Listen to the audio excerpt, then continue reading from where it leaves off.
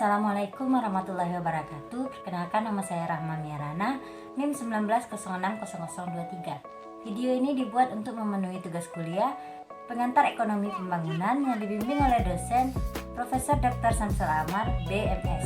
Baiklah, langsung saja masuk pada pembahasan materi. Diperlukan keseimbangan antara permintaan dan penawaran. Sisi penawaran memberikan tekanan pada pembangunan serentak dari semua sektor yang paling berkaitan dan berfungsi meningkatkan penawaran barang. Rosenstein Rodan adalah ekonomi pertama yang mengemukakan teori pertumbuhan berimbang. Anggapan bahwa produk marginal sosial atau PMS suatu investasi berbeda dengan produk marginal privat atau PMP. Jika sekelompok industri direncanakan secara bersama sesuai PMS-nya, maka laju pertumbuhan ekonomi akan lebih cepat daripada jika tidak dirancang bersama. Menurut Norke, lingkaran setan kemungkinan terjadi di negara terbelakang memperlambat perkembangan ekonomi. Lingkaran setan bekerja baik pada sisi penawaran dan permintaan. Pada sisi penawaran berupa kapasitas kecil untuk menabung karena berasal dari pendapatan real yang rendah. Dikarenakan rendahnya produktivitas disebabkan kurangnya modal, hasil dari rendahnya kapasitas menabung.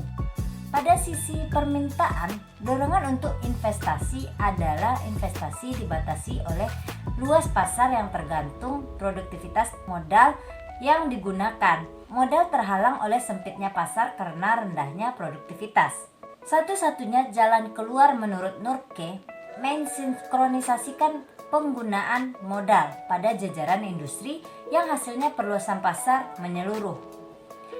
Orang yang bekerja dengan peralatan banyak dan lebih baik pada proyek komplementer, satu sama lain menjadi pembeli untuk proyek lainnya. Kebanyakan industri yang melayani produksi massal adalah industri komplementer. Industri yang menyediakan pasar bagi industri lain dan saling menunjang. Doktrin pertumbuhan berimbang membutuhkan keseimbangan berbagai sektor ekonomi, keseimbangan yang tepat antara investasi bidang pertanian dan industri karena bersifat melengkapi. Keseimbangan juga dibutuhkan antara sektor dalam dan luar negeri, permintaan ekspor untuk membiayai pembangunan. Impor meningkat begitu produksi dan tenaga kerja meluas, dan perdagangan dalam negeri membutuhkan impor untuk bahan dan peralatan yang perlu. Nuke melihat pertumbuhan berimbang adalah produksi kuat untuk perdagangan internasional dan cara untuk mengisi kekosongan pada batas luar. Doktrin pertumbuhan berimbang dikritik tajam oleh Hickman, Singer, Kurihara, dan lain-lain dengan alasan yang pertama, peningkatan biaya. Pendirian serentak jumlah industri meningkatkan biaya uang dan biaya real produksi. Untuk menjalankan industri tanpa modal yang cukup, ekonomi akan kurang menguntungkan. Yang kedua, tidak menaruh perhatian pada penurunan biaya. Teori Norke tidak memperhatikan kemungkinan penurunan biaya pada industri yang ada. Yang ketiga, masalah lainnya. Jika industri baru didirikan, permintaan produksi dari perusahaan yang sudah ada akan berkurang dan tidak menguntungkannya. Saat bersamaan, permintaan akan faktor produksi meningkat yang menaikkan harga faktor produksi pada semua industri. Yang keempat, gagal sebagai teori pembangunan. Yang kelima, melebihi kemampuan negara terbelakang. Para pejabat negara terbelakang mengeluh tenaga ahli dan sumber pembangunan tidak cukup. Pendukung doktrin ini menganggap orang dulu lemah dalam keterampilan. Yang keenam, disproporsi faktor, di mana pada negara terbelakang tenaga kerja melimpah tapi modal dan keahlian langka. Yang ketujuh, kelangkaan sumber. Yang kedelapan, anggapan keliru tentang hasil yang meningkat. Perlunya investasi berimbang untuk memenuhi permintaan dan hasil yang meningkat. Tapi, keduanya bergerak secara berlawanan. Pertumbuhan berimbang justru memungkinkan kemerosotan hasil, bukan peningkatan hasil. Yang kesembilan, gumpalan modal bukan hal pokok bagi pembangunan. Pengalaman banyak negara maju menunjukkan banyak jasa dapat disediakan lebih dahulu dengan biaya investasi yang rendah. Berikutnya, pertumbuhan berimbang bukan hal pokok bagi induced investment. Berikutnya, tidak mempertimbangkan perencanaan. Investasi serentak pada semua sektor membutuhkan perencanaan, penghargaan, dan koordinasi pemerintah. Harus dicocokkan dengan jenis perencanaan menyeluruh. Berikutnya, konsep pertumbuhan berimbang dapat diterapkan pada negara maju. Berikutnya, kelangkaan dan kemacetan mendorong pertumbuhan. Memberikan rangsangan bagi penemuan yang merevolusionerkan sistem ekonomi Inggris dan dunia penentu inilah pada giliran yang menciptakan kelangkaan dan kemacetan baru.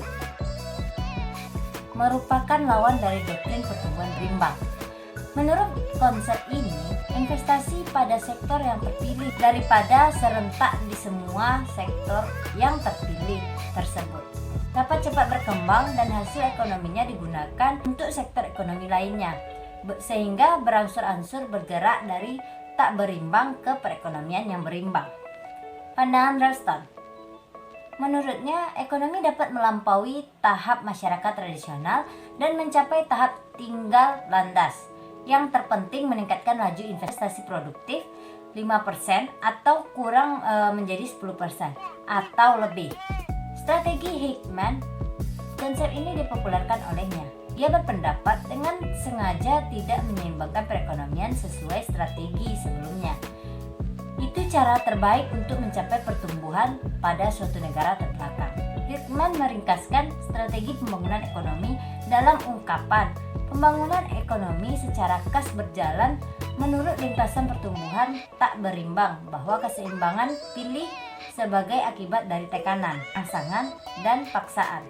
Lintasan efisien ke arah pembangunan ekonomi agar tidak teratur dan dipenuhi kemacetan dan kurangnya keterampilan. Doktrin pertumbuhan tidak berimbang yang dikemukakan Hickman merupakan suatu usaha yang berani dalam menunjukkan cara untuk memicu jalannya pembangunan ekonomi bagi negara terbelakang. Doktrin ini direalistis dan mempertimbangkan semua aspek perencanaan pembangunan, berbagai insentif, hambatan, dan perlawanan terhadap pembangunan dikaji dalam kaitan yang tepat. Keterbatasan doktrin ini yang pertama, kurangnya perhatian pada komposisi arah saat pertumbuhan tidak berimbang. Yang kedua, mengabaikan perlawanan Streeton. Teori ini memusatkan perhatian pada rangsangan perluasan dan cenderung mengabaikan perlawanan oleh pertumbuhan tidak berimbang. Yang ketiga, di luar kemampuan negara terbelakang. Negara terbelakang, tekanan dan tenaga cenderung serius sehingga menghambat pembangunan. Yang keempat, kekurangan fasilitas dasar. Yang kelima, kurangnya mobilitas faktor. Yang keenam, timbulnya tekanan inflasi. Yang ketujuh, dampak kaitan tidak berdasarkan data. Dan yang terakhir, terlalu banyak tekanan pada keputusan investasi. Pertumbuhan berimbang versus pertumbuhan tidak berimbang. Kontroversi antara berimbang dan tidak berimbang merentang terlalu jauh dan hampir jadi membosankan, mengingat langkahnya sumber-sumber pada suatu negara yang sedang berkembang. Jalan terbaik ialah menetapkan strategi pertumbuhan tidak berimbang. Berdasarkan strategi ini, MOS harus dikembangkan terlebih dahulu yang mendorong investasi berikutnya kepada kelompok ketika ekonomi bergerak ke lintasan pertumbuhan yang berimbang. Baiklah, sekian materi yang saya dapat. Sampai jumpa pada pembahasan selanjutnya. Assalamualaikum warahmatullahi wabarakatuh.